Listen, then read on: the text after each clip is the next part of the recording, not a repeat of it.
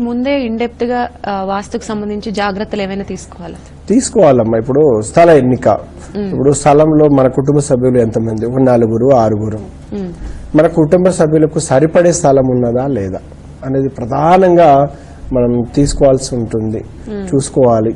సరిపడని స్థలాలు తీసుకొని ఎంతో మంది ఇబ్బంది పడ్డ వాళ్ళని కూడా నేను ప్రాక్టికల్ లైఫ్ లో ఎంతో మందిని చూశాను. చాలా అవస్థలు పడ్డారమ్మా. అందుకని సరిపడే స్థలము అంటే ఇప్పుడు కొంతమందికి ఏంటంటే తూర్పు స్థలం ఉంది, జనరల్ గా అందరికి సరిపడుతుంది అది. కానీ మిగతా కొన్ని దిక్కులు ఏంటంటే ఇప్పుడు అష్టదిక్కులలో మన 8 రకాల స్థలాలు ఉంటాయమ్మా. తూర్పు, ఈశాన్యం, ఆగ్నేయం, నైరుతి, వాయువు, ఇలా మనకు సరిపడ స్థలాన్ని మనం ఎన్నిక చేసుకోవాల్సి ఉంటుంది. ఇప్పుడు ఎన్నిక చేసుకున్న తర్వాత చాలా మంది ఏంటంటే చిన్న పాటించారమ్మా. ఇప్పుడు ఒక ఇల్లు కట్టుకునే ముందు తీసుకోవాల్సిన జాగ్రత్తలు కొన్ని ఉంటాయమ్మా.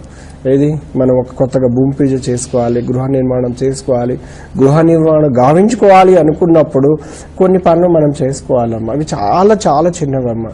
ఇప్పుడు ఉదాహరణ, మనకు ఒక స్థలం ఉంది, ఇప్పుడు త్వరలో మనం భూమి పూజ చేసుకోవాలనుకున్నాం.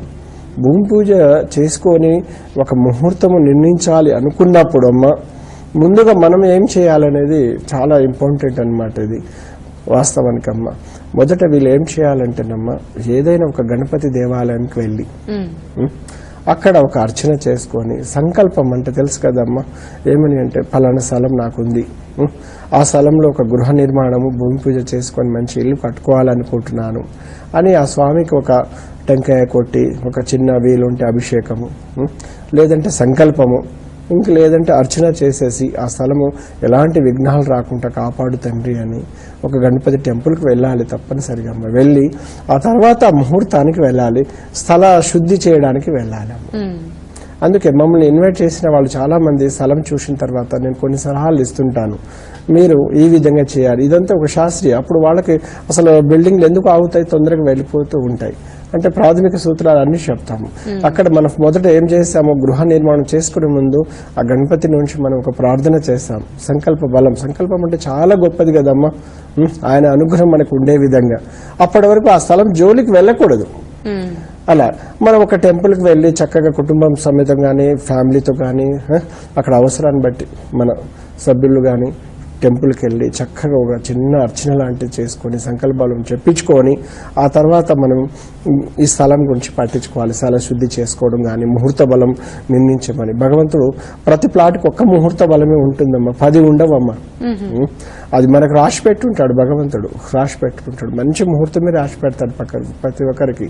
అందుకని ఆ మంచి ముహూర్తం దొరకాలంటే కూడా మనం ఏం చేయాలమ్మా, మొదట గణపతి టెంపుల్కి వెళ్ళి చక్కగా, ఇప్పుడు అలా కాకుండా అమ్మా, ఇప్పుడు అందరికీ అవకాశం ఉండదు.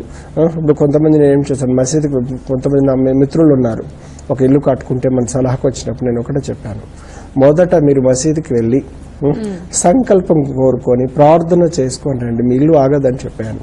చక్కటి ఇల్లు కట్టుకున్నారు. ఆయన అంటారు, గురుగారు మీరు చెప్పిన తర్వాత నాకు చాలా బాగా జరిగింది. ఇలా అండి, ఎవరి ఆచారాల ప్రకారం వాళ్ళు, ఎవరి ఇష్టదైవాన్ని వాళ్ళు ఇలా మనం చేసుకోవడం వల్ల ఏమవుతుందంటే గొప్ప ఫలితాలు వస్తాయన్నమాట. చిన్న చిన్న ఆటంకాలు రావు ప్రధానంగా, కానీ చూడడానికి చిన్న మాటే. ఆ తర్వాత నేను కొంతమందికి సలహాలు ఇస్తుంటాను. భూమి పూజ ఇప్పుడు ఒక ముహూర్తం పెట్టుకొని స్థల శుద్ధి చేసుకున్న తర్వాత మనం తప్పనిసరిగా ఏదైనా ఒక టెంపుల్, శివాలయంలో తప్పనిసరిగా అభిషేకం చేయాలి శివుడికి. శంకుస్థాపన చెయ్యకముందే ఆ స్వామికి మనం కొన్ని పాలు పోస్తున్నామంటే ఈ సృష్టిలో పాలు సమృద్ధిగా దొరకాలని. ఒక చక్కెర ఇస్తున్నామంటేనమ్మా ఈ సృష్టిలో చక్కెర అనేది సమృద్ధిగా ఉండాలని. అలాగే మన స్వహస్తాలతో అభిషేకం చేసి ఆ తర్వాత శంకుస్థాపన స్టార్ట్ చేస్తారేమో ఇంకా అద్భుతమైన ఫలితాలు వస్తుంటాయి అనమాట. ఈ బ్రేక్ అనేవి ఉండవన్నమాట. అంటే వాస్తుకు బాగుండి బ్రేక్ అవుతుంటాయి చూడండి. అందుకని ముందే మనం ఒక గణపతికి కానీ పూజ చేసుకొని శివాలయంలో చక్కటి ఇలాంటి పూజ మనం అభిషేకం చేసుకొని స్టార్ట్ చేస్తే వాళ్ళ అనుగ్రహం ఉంటే ఏముందమ్మా, పరమాత్మ అనుగ్రహం ఉంటే ఏ ఇబ్బంది ఉండదన్నమాట. ఇది చేసుకోవాల్సి ఉంటుంది ప్రతి ఒక్కరు అనమాట.